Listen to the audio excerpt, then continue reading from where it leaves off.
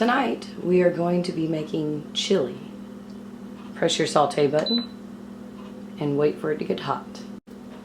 Okay, it's now hot, so add your tablespoon of extra virgin olive oil and go ahead and move that around in the pot so that it gets fully coated. Then add 1.5 pounds of ground beef. And again, I'm going to be using the, this time it's going to be the 80-20 for this recipe. And you're going to make sure that gets good and brown. Okay, our ground beef is now brown. So we're going to just set it aside, put it in another container. So at this point, if you want to drain, you can do so. Alright, now we're going to add an onion. You can add 2 if you want to, but Todd is not a big fan of onions. And he is trusting me on this recipe, so because he does not usually add onions to his chili. So I am just going to add 1 medium onion and cook it until it is lightly sauteed, light brown. Okay, and at this point we're going to add our green bell pepper. Again, not something Todd usually has in his chili, so he is trusting me fully. Okay, now we're going to add a tablespoon of garlic in. There we go with the clinking. And we're going to mix that up.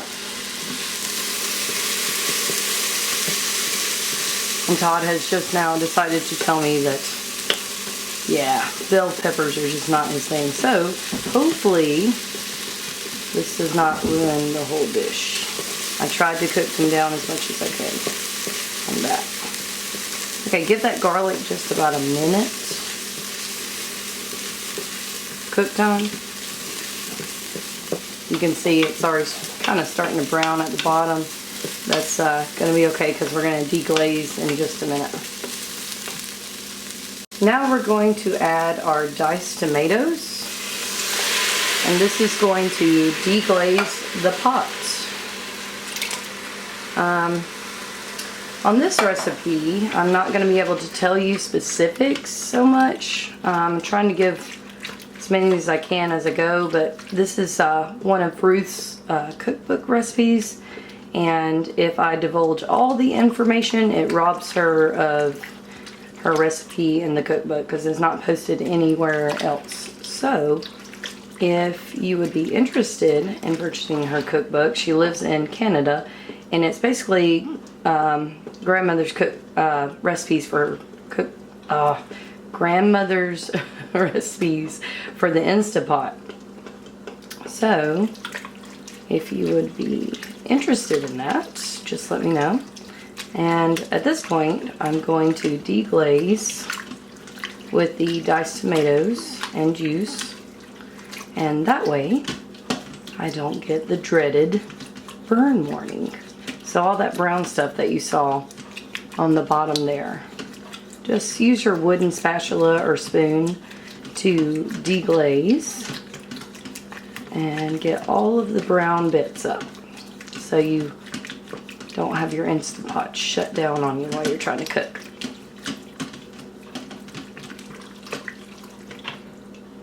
That looks like salsa, doesn't it?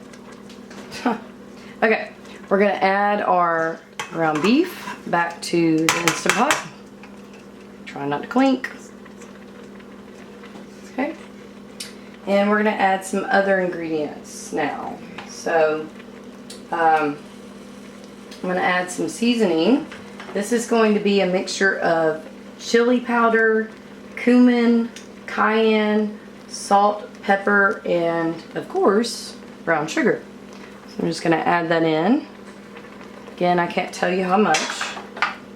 So if you would like the cookbook recipe, just let me know. Okay, give that a good stir. Well, it's also got unsweetened cocoa in it. I know, strange. We'll see how it turns out. This is my first time making this.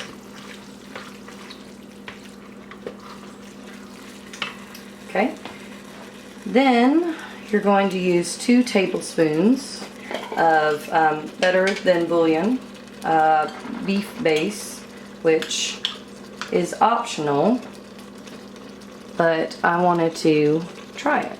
So, you know, that's the good thing about recipes. You can always alter as you go. Next time you may not want to add that. This depends. Stir that in. And then we're going to add a tablespoon of vinegar. Uh-oh. That's around a tablespoon. Splash screen, that's what I need. And tell Todd everything I need for Christmas for the Instant Pot. It's going to be my wish list this Christmas. Again, this is optional. This is going to be 2 tablespoons of tomato paste. And then a huge can of crushed tomatoes.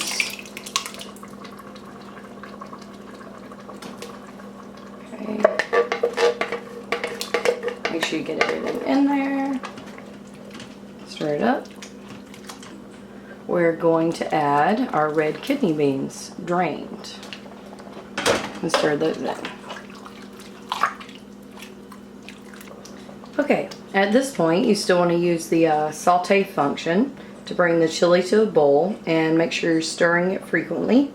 You want to make sure that it comes to a rolling boil, not just a simmer, so that you can be sure that it's good to go. And then once it reaches that, make sure that, again, the bottom is scraped so you don't get the burn warning. And you're going to add more chili powder at this point. Do a taste test and make sure that it's seasoned well. And if you need to add more chili powder, do so at this point. And then we're going to press cancel. And we're going to close it and make sure that the valve is set to sealing. Okay, so here we go. Set to sealing. So you're going to want to put it on manual for 15 minutes. And then when it beeps, it's done, but leave it alone for 20 minutes natural release. And this is going to take a while. So go do something else. Good evening. So alright, no, you don't have to press stop. Good evening. So, the reason why I didn't seem so, you know, energetic in the video like I usually do is because I did something today to my knee. I laid on the couch for a while because it was raining and cold.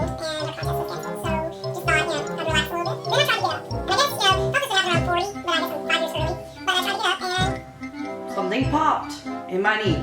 So, while I'm waiting, I'm going to use my Tylenol, my knee brace, and I'm going to make sure that my heating pad is turned up to high. Okay, so now it's time for natural release.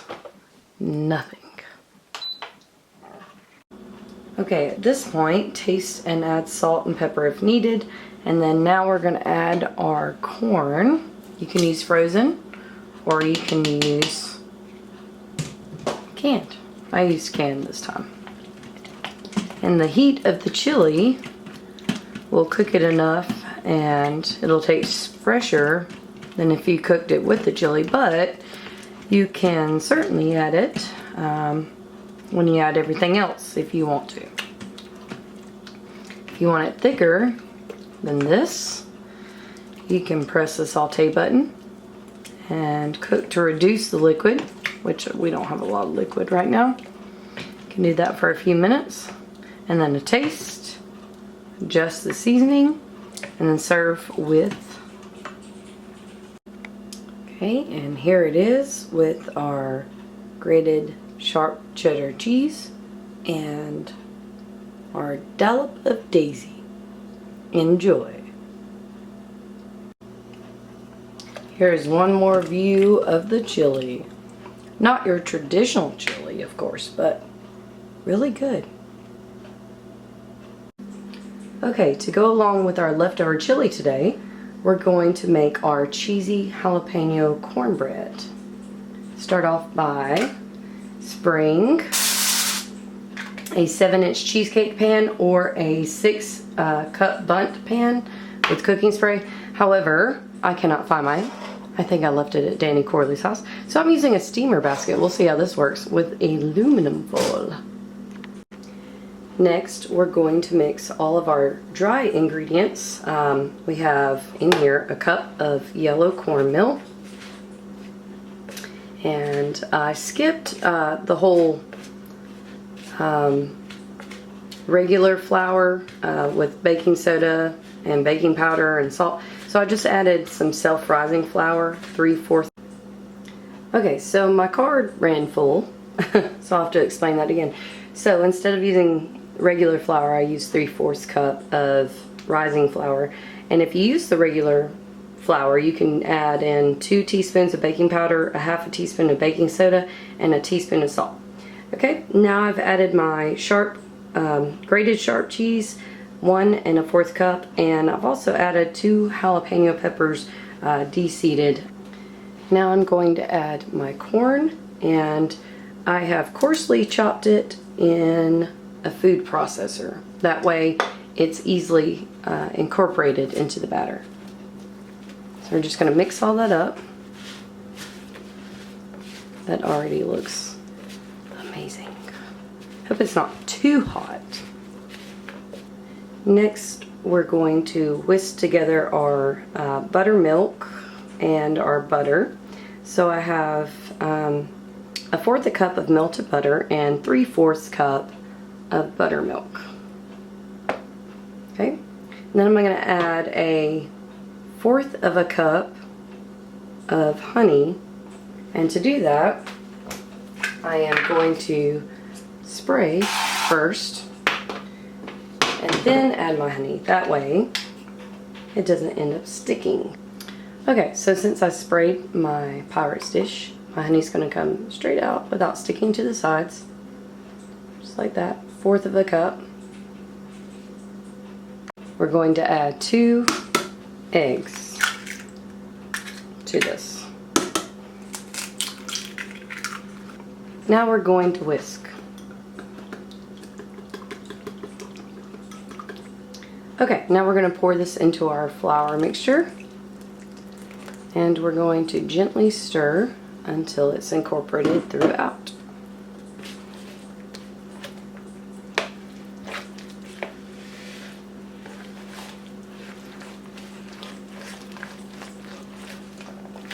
That already looks really good. Now we're going to pour all of that into our greased pan. Now that our batter is in there, we're going to spray a piece of tinfoil with cooking spray and cover the cornbread with it. And we're going to put it spray side down. That way it will keep the moisture out. Now we're going to add a 1.5 cups of water to the Instapot and put the trivet in, and then set your cornbread on the trivet.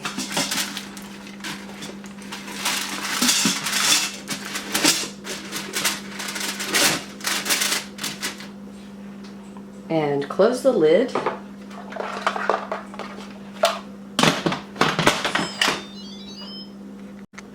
Make sure it's set to sealing. Set it to manual, 36 minutes. And when it beeps, it's done. Leave it for a 10-minute natural release.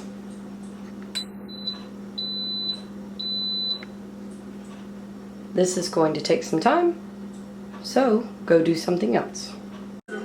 Like edit some of your YouTube videos.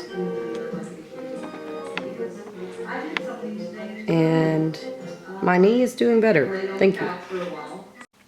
Or watch some Cold Case Files. I mean, it is Halloween. Or forget to carve your pumpkin that you meant to carve today. Oh well, there's always tomorrow. Okay, and when it gets to 10, you're going to natural release. And when the pin drops, open the pot and remove the cornbread. Okay, and here it is. We're going to sprinkle some extra cheese on top because why not? Everybody loves cheese. And then we're going to put it in the oven on broil for a couple of minutes to brown. And chili with jalapeno cheesy cornbread is served. Just an update, the cornbread is really good in the chili. Cheesy jalapeno cornbread, worth a try.